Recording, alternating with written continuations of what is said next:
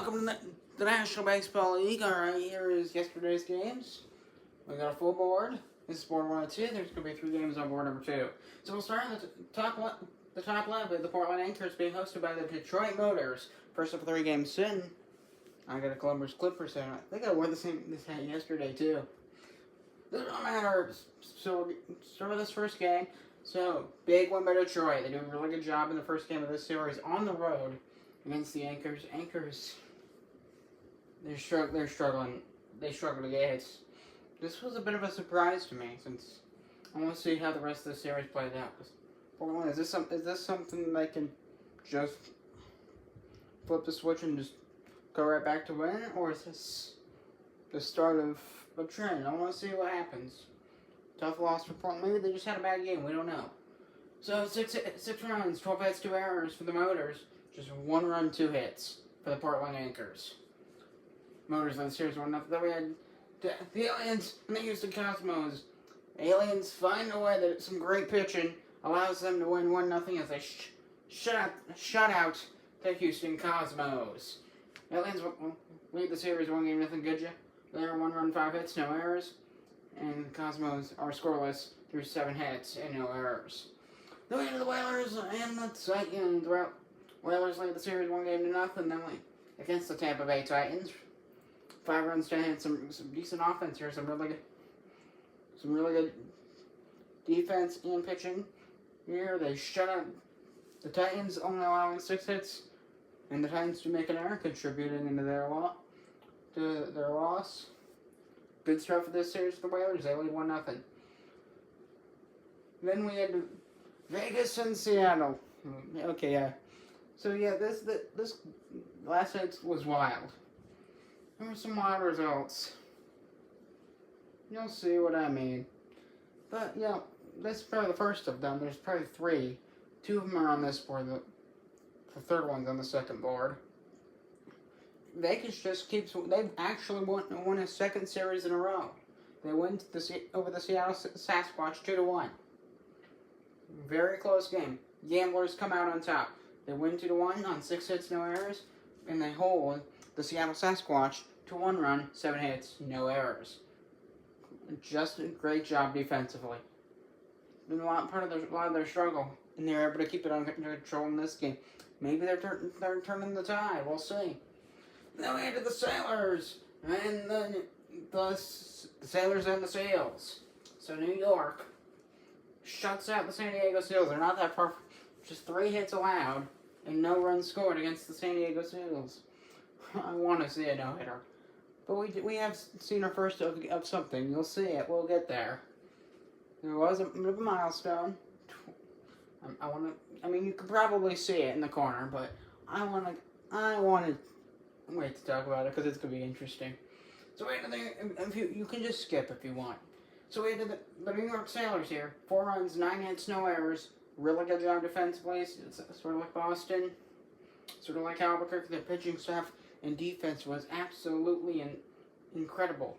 They only allowed 3 hits in the entire game. Only 3 hits the entire game. And they win 4-0 on 9 hits.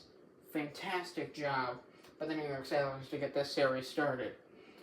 They went to the second of a 3-game set. The Aviators win another series this time against the Firebirds. Back-to-back series wins. They swept the Huskies, and now they've won a series against the Firebirds. They're looking for the sweep today.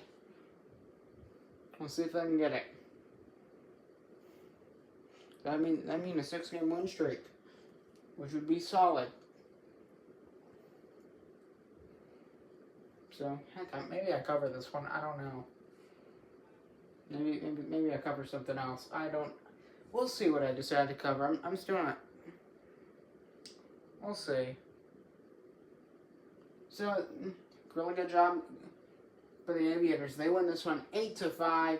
Really good job. They're finally getting the bats to work in their favor. They're getting good hits, and they're hitting a lot. They win 8-5, 15 hits. Really solid numbers. 1 error. Their defense, at least in this game, they could work on it because they also allowed 15 hits, but they kept the Firebirds just to 5 runs, a full hand worth of runs. And they did a good job. 2 errors.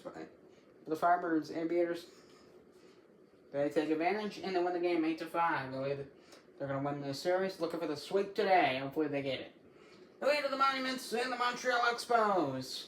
First of a 3-game set, a really close one between the two clubs, 9 hits apiece. 3 errors for the Washington Monuments, yet they still win. 6-5, most likely a walk-off win. Really close game here. This could have gone either way, but the Monuments pulling out to win 6-5. Very solid win, despite the mistakes.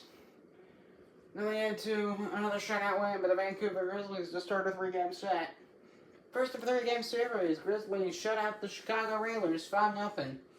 Really good start to this series here. And the Railers, they couldn't get a single run home despite 9 hits. Good job by the Grizzlies. And they lead the series 1-0.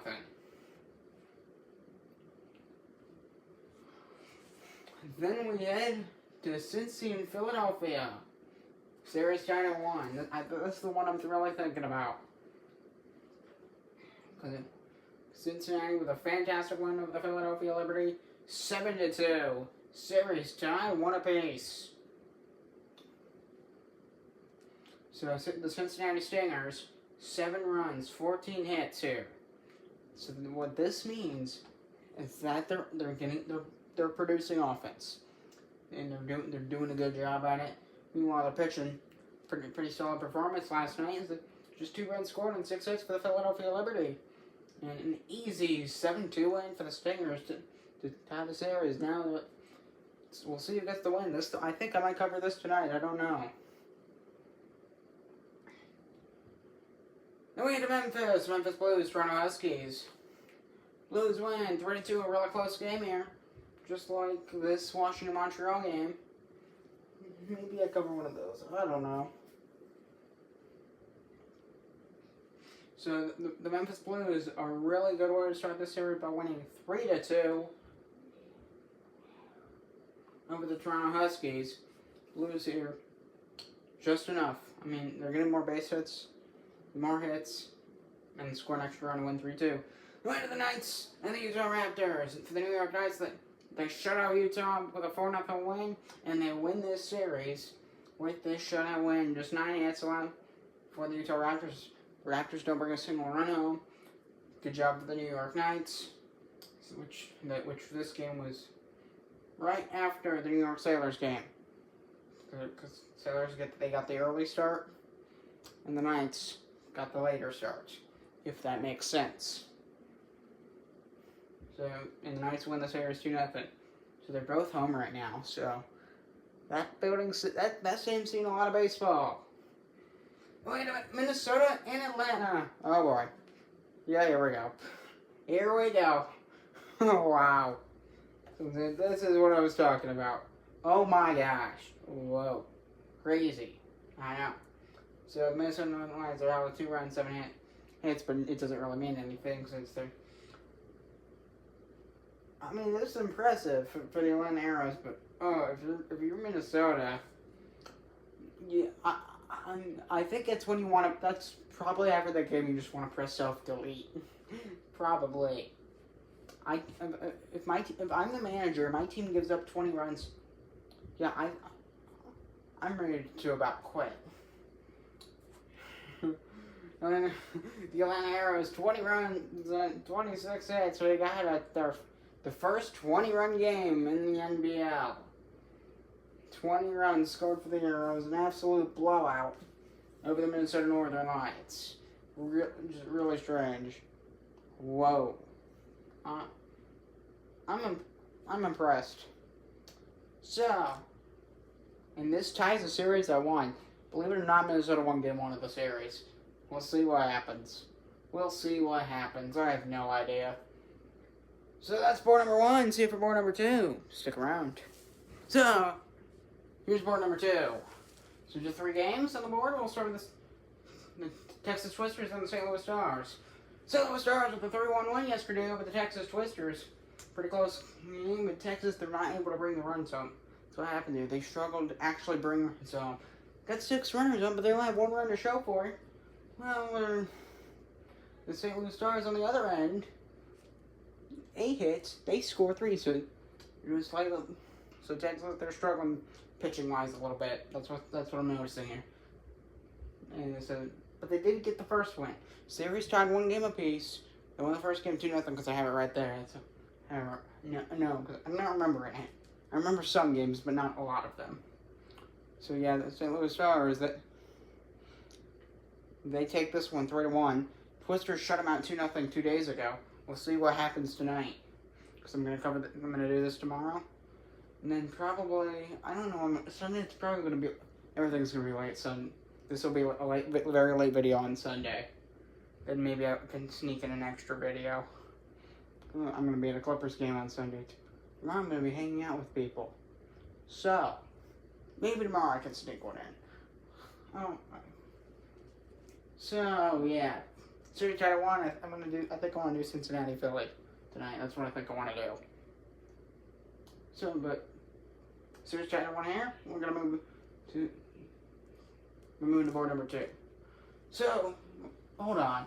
This series tied at 1, Texas and St. Louis. We're going to move to Edmonton and Oakland. Let's talk about this one. Oakland with a really strong win after losing game 1. Really strong answer back. 7-1 win over the Edmonton Eagles. They did a great job pitching. They held the Eagles to 1 run and 5 hits, no errors. Fantastic. 1 run, 5 hits. That's all the Eagles could muster. Edmonton, the Oakland Ocean, really good. They're hitting well. 7 runs on 9 hits, so they're getting good hits. Not just hits. Not everything's a bloop single. When the numbers are like closer to match, that means they're getting better hits. Or if there's more runs and hits, that means they're getting home runs, 8 walks, they're getting runs scored that aren't base hits, which that's also good for the team. Ocean wins 7-1. Series tied 1 apiece. We'll see what happens today. Oh yeah, this one probably I'll spend like 3 minutes on it. This was the most crazy game of the year. I covered it. This game was insane. The score might not seem like insane at first. I covered it. But wow. Wow. This is the craziest game I covered. So, both pitchers pitch a no-hit through the 4th or 5th inning. I don't remember exactly. Both pitchers pitched. Jacob deGrom. Oh, I forget who was the other pitcher. It was Jacob deGrom for the Orlando Sunrays. It was Ryan Jeffers for the Gators. So, Jacob deGrom, Ryan Jeffers, he loses his no-hit around the 4th or 5th inning. And then, probably around this 7th inning, after the 7th inning, they don't bring him in for the... Hold on. They take him out after 6 innings. They bring the no-hit bid's still active. Bring in Bobrisky. It's a failure, complete failure. He gives up 2 runs, but it's not necessarily unsavable yet. They're down 2-0, and they bring in Julian Merriweather, and this is when the disaster begins. It's the 8th inning. Gators score 2 runs, top of the 8th, with Bobrisky now on the mound. They pull him. Then Julian Merriweather comes on. So, and there's nobody out, by the way. Nobody out and it's 2-0. Julian Merriweather proceeds to give up 2 more runs before getting the first out. So now it's 4-0. And by the end of the inning, it was 6-0 Gators. It was a full-on... It was the worst inning of defensive baseball I've ever seen. It was so awful. And all 6 runs in this game were scored in the top of the 8th inning. That is actually incredible. And then, so... What's his...